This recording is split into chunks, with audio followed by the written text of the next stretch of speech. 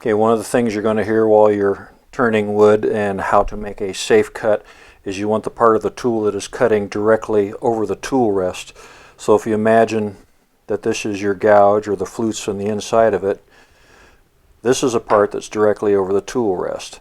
Now when I'm talking about using this one and you don't want to roll it to a 45-degree angle, and I'll show that up on the bowl in just a second, if I roll it this way, that means I'm cutting up on this part, which is not over the tool rest, and it's going to want to dig in and run this way, which makes for a big catch. If I have it like this, and it rolls into the wood, it's going to hit on that high side and dig in.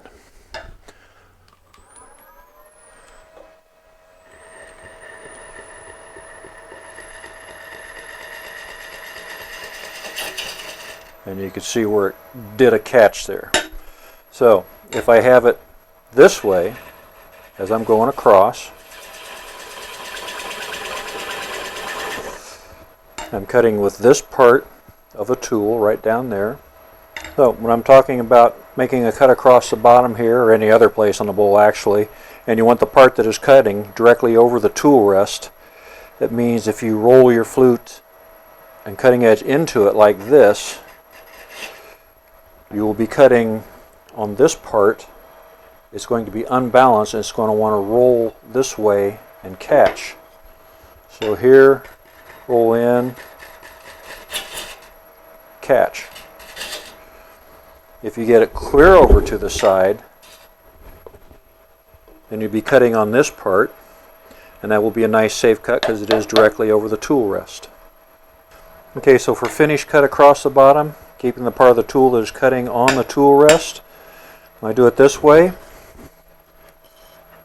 this part is resting on the tool rest and it's doing a cut down through here like that.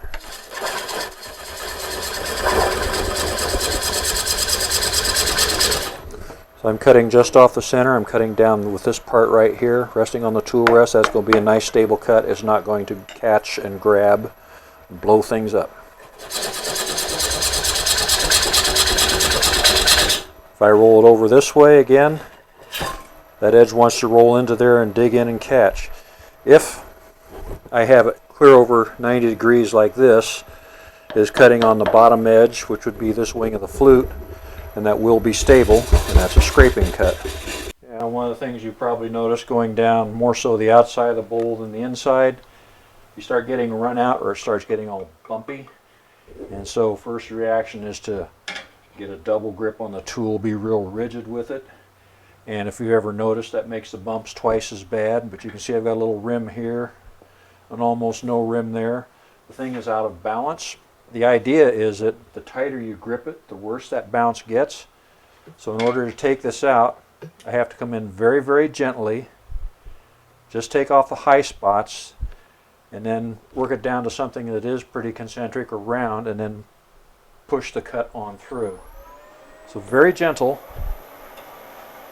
You can hear it ticking. That's because it's a high spot.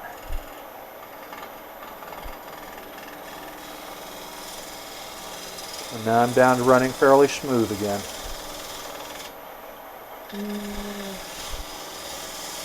That's the funniest thing about this is the more you fight it, the worse it gets.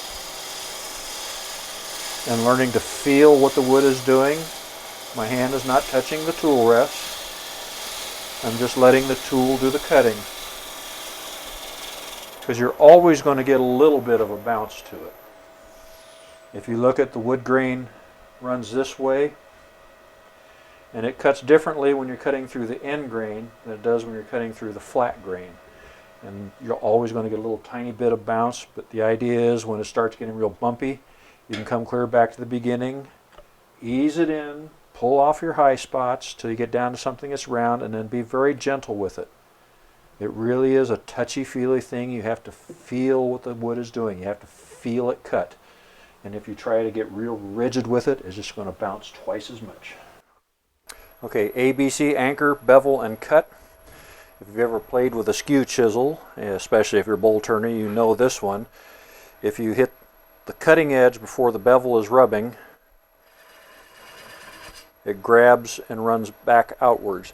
Basically, there's no bevel to support the cutting edge as it cuts. So rub the bevel, rub the bevel. I'm moving the handle this way to get the cutting edge closer.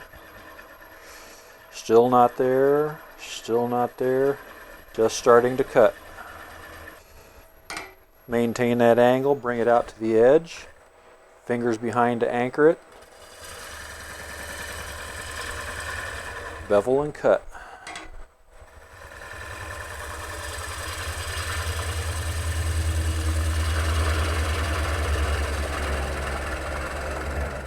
Making a little extra noise there because I'm running so slow.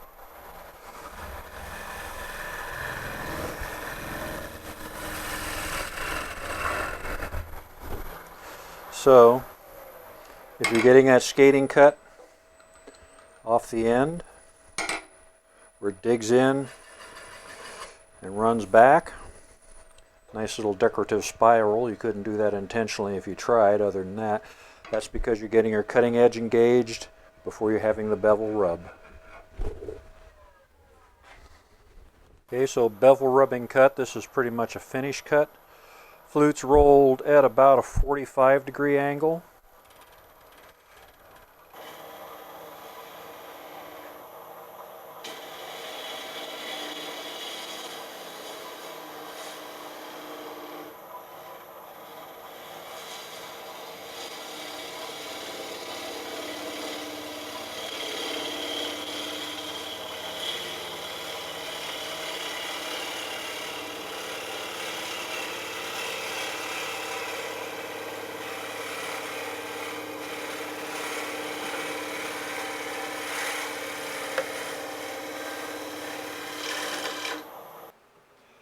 Okay, this is the fluteless bowl gouge again. Very flat arc on it. This makes for a wonderful finish cut tool because you can get a very high shear angle, and in keeping the tool balanced, or the part that's cutting directly over the tool rest, I'll be cutting with the lower half of it. So it is rolled on its side like this. And we'll be cutting with this part right down here.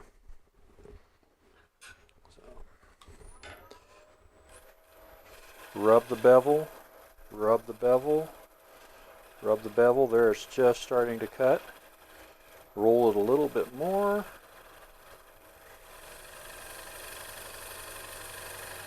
Cutting on the lower half of the tool, keeping it balanced, keeping the part that's cutting directly over the tool rest.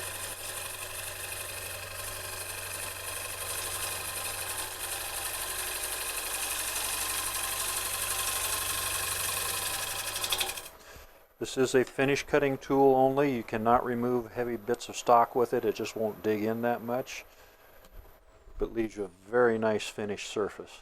Okay, this is a cleanup cut. Basically when the gouge isn't working properly and you're leaving all these little bumps and humps that need to be sanded out. This is a finish cut. It is a very lightweight cut. All these little lines that you can see in here, they have to come out. You either sand them out or cut them out. This one is not a bevel rubbing cut. You can do it that way. I find that one harder to control. Just roll it in there. It is rubbing the bevel. That's a little more aggressive cut. You can do it more as a what they call a shear scrape by rolling it almost all the way over and just barely touching this side right here. It's a very light cut.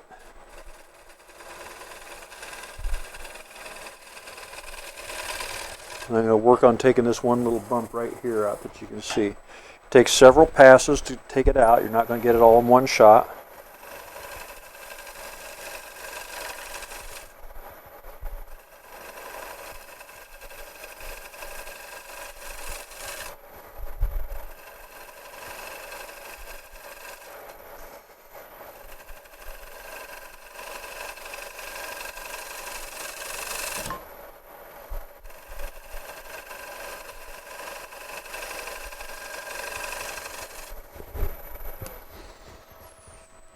That just helps get rid of some of those tool marks that you're not quite been able to get out the first time when you're doing your more refined cuts, I guess I would call them. Yeah, how to get from the roughing cuts to a nice finished smooth surface. Okay, this is going to be a finish cut. This is going to be more of a shear cut. I'm going to be pulling. One of the advantages to the long sweep on a gouge like this is when you're roughing, you're working more with the nose and your wings are still going to be sharp. This can be done as a bevel rubbing cut. You roll it until it just barely starts pulling. I generally use a scraper for this, but it can be done with a gouge as well. And this is bevel rubbing. Gives you a nice high shear angle.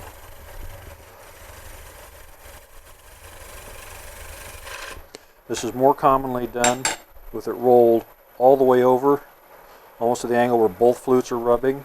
Pull it back a little bit. Very light pulls. This just gets out some of those tool marks. The ones that you can sand out because your gouge just isn't working as well as it should that day, or your scraper. Works very well for blending in lines.